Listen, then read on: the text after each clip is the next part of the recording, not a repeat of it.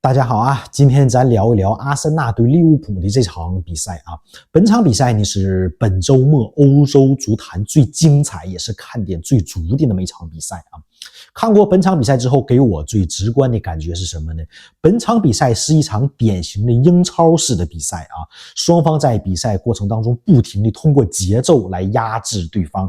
你看阿森纳是领先被扳平，领先被扳平，当双方打入进球的那么一段时间里边，都是找到了最适合自己的节奏。所以说本场比赛就是一场典型的英超式的较量啊。下面咱展开聊吧。本场比赛里边包含的看点十足啊，尤其是利物浦这边。咱先说一说利物浦。你本场比赛你提到利物浦，你就不得不提阿诺德这么个人啊。你两次在防守当中的位置选择失误啊，造成了丢了2个球啊。你看咱先看第一个进球啊，马丁内利左路啊直插，结果这阿诺德啊不去跟防前插球员啊，他收在中路进行封堵，你看这不明显的战术选择错误吗？啊，所以造成了马丁内利就如同过清晨的马路那样啊，一路畅通无阻，接厄德高的助攻打入了第一球。你看这就是阿诺德防守位置的选择啊，不去盯人啊。然后再看第二个进球，第二个进球是利物浦的一个定位球进攻被打反击。其实你要是说定位球进攻的话，阿诺德出现在中后卫那个位置上是对的，因为当时他不需要去主罚定位球，也不需要去禁区内争顶，所以说他收到中后卫那个位置上是正确的。但是你被打反击的那一瞬间，大家看啊，也是马丁内利啊拿球突破，当时有防守队员呢，亨德森在盯防啊，结果你阿诺德不收在中路，他盲目的扑出去了，造成马丁内利一脚传中，然后利物浦又丢一进球啊。阿诺德这一扑出去之后，造成了利物浦禁区内的一个真空区啊，没有防守队员，因为当时中后卫还没有及时的回到自己的位置上，所以就这么2次失误啊，一次是该补出去，结果他往里边收；第二个是该往里收的时候，他非得扑出去啊，就这么2次防守的选择错误。其实阿诺德这队员呢，不光是本场比赛，就是这个赛季以来被人们吐槽已经很多了啊，甚至到了一个网暴的程度了。就不理解为什么这个队员当初是利物浦和英格兰国家队引以为傲的那么个年轻球员，结果造成了现在感觉突然间不会踢球了啊。其实我感觉有一部分原因是什么呢？场上沟通不利啊，你因为就是踢球的时候吧，尤其防守队员是需要一个喊话的啊，比如说我要上去了啊，我就告诉谁谁来补一下这个位置啊，包括你要是在后面的话，就告诉前面的谁去盯防一下、跟防一下。这么一看，应该就是沟通不顺造成的啊。当然，这个也不是主要原因，只能说是一部分原因。我感觉利物浦这问题还是在中场。因为之前不止一次聊过这个问题了，因为现代足球吧，它这个体系之间联系特别缜密，所以说对体系要求非常高。只要是球队啊有什么出现重大的变故，在球场上踢的突然间呈断崖式的下滑，你把这个责任就往中场上靠啊。8、9不离10啊，就是这么一情况。当然，你也不能说什么锅你都往中场上面放，但是你如今的利物浦，你这么看是没什么问题的。你看本场比赛利物浦这几个中场，亨德森啊、若塔，包括那个迪亚哥，这3个中场一看什么问题？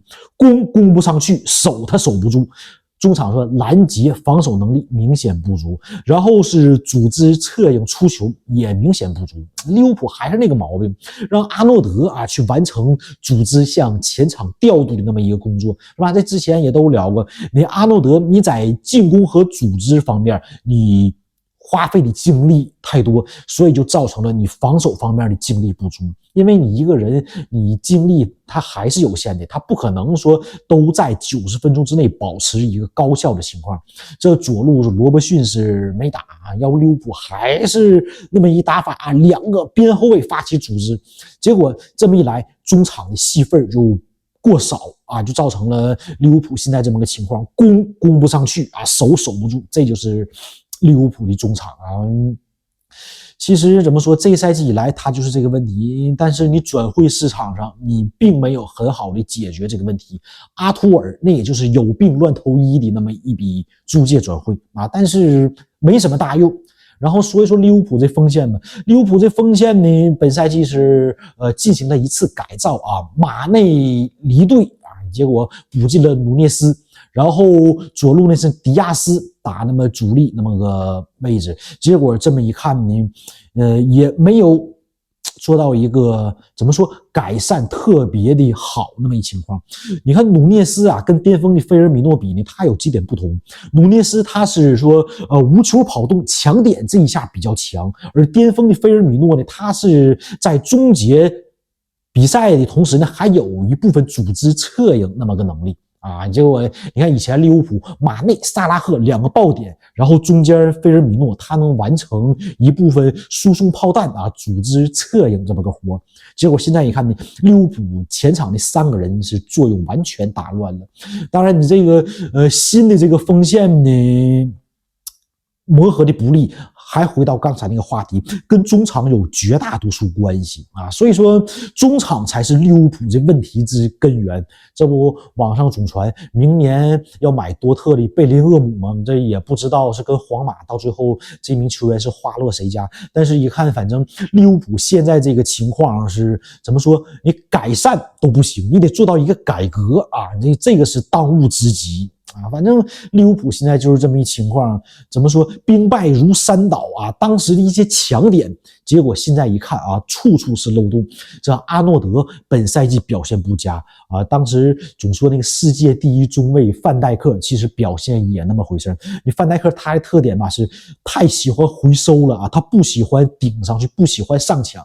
你看，就是这么个问题。然后右边锋啊，萨拉赫这一赛季的表现也是不如之前了。2个原因啊，你第一，你可以说球队体系发生了变化；你第二，你可以说他是那个什么年龄又大了1岁啊，状态是不如之前了。反正怎么说都行。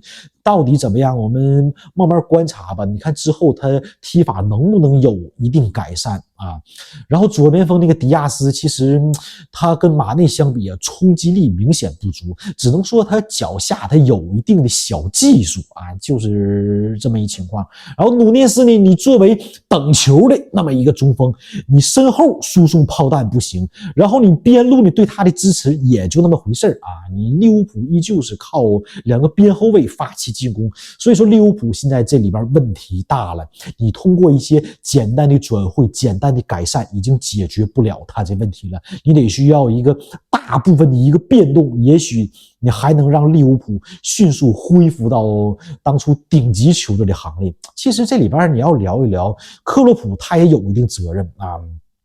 当然你不能说全部吧，你毕竟利物浦你在转会上面的投入也就那么点钱，但是你利物浦你作为一个主教练啊，你怎么在内部挖潜，你怎么在你球队你出现不同的球员有状态低迷的时候，你怎么调度，怎么临场指挥，这都是一大问题。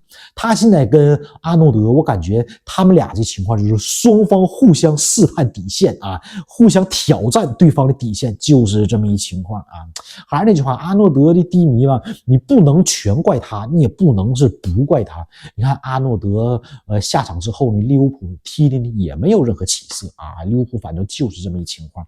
你要单纯说哪一个问题，哪个球员啊，哪一个点有什么问题啊，能说出很多，但是你想要解决，你不是能很快就能解决的那么一情况。然后本场比赛是迪亚斯和阿诺德是伤退啊，究竟是伤多长时间，缺席多少场比赛，这个还不知道。这个对于克洛普来说更是雪上加霜了啊！你世界杯年本身比赛就多，你这么利物浦现在成绩也不好，你还这么伤主力啊！你之后你怎么调整，我们再慢慢观察吧啊！这是利物浦这边，然后阿森纳那边的，阿森纳这边现在我感觉。本赛季他能走到今天就是2个字：稳定啊！你看，前中后啊，都一到中轴线是完全够用的，后卫萨利巴，中场是厄德高，然后前锋是那个热苏斯。你看，就是你看不出什么明显的亮点，但是你表现是很稳定，这个就特难得了啊！你如果说你碰到特别强的那种强点球员啊，我踢不过你，我正常。但是他这种稳定呢，在英超对于那些中下游的球队是完全够用的，能保证一个阵容的稳定性啊，有一个稳定的输出。啊，就快速的组成一个中轴线，这个很重要啊。但其实这东西吧，也就跟怎么说那句话，时也、运也、命也啊。你从皇马捡来那么一个厄德高，你看他接球了、原地摆脱了、送威胁球啊，完全够用。唯一有一个缺点就是他只会左脚啊，是一个单脚怪。啊，但我估计如果左右都会的话，皇马也不能轻易放走。然后前面是热苏斯，热苏斯是赶上啊哈兰德去曼城了，然后今年还是世界杯，球员想要更多的出场时间，所以来了阿森纳。结果你看阿森纳这个中轴线多好，然后左路那个马丁内利速度也极快啊！你说，所以说阿森纳本赛季啊，我就一直觉得他有戏。你看赛季之初，英超还没开赛的时候，我对他就是这么个观点啊。当然，你要说以稳定拿到联赛冠军，我估计短时期内还是达不到。你最起码进个前4，你还是基本上没什么大问题。尤其是阿森纳之前那几年对于怎么争第4啊，经验是很足的啊，就是这么一个情况。总结一下吧啊，本场比赛是暴露了利物浦很多的问题啊，关键利物你怎么去解决？留给克洛普的时间还有多少？现在是几轮过后，利物浦积分榜排名第10啊，你这么下去，你球队对于克洛普你还能有多少耐心啊？这个就是一个大问题。反正不管怎么样吧，需要克洛普快速的解决利物浦现在队内的一些问题，然后出现这种伤病之后，你怎么能队内挖潜？你把那个伤病球员那些位置给补上，这个也是关键。但是我的观点是不容乐观啊，因为你看克洛普这1-2年对于阵容的改善方面完全是不够用，他还仗着当初那一套体系打天下呢，你这么一来是肯定不行的。然后阿森纳这边呢是稳定2个字作为前提，然后本赛季我感觉能收获到下赛季的欧战资格，因为这个稳定的这种球队是太可怕了啊！这就是本场比赛我想要聊的。然后喜欢的朋友可以关注一下，有喜欢讨论的可以留言，大家一起交流。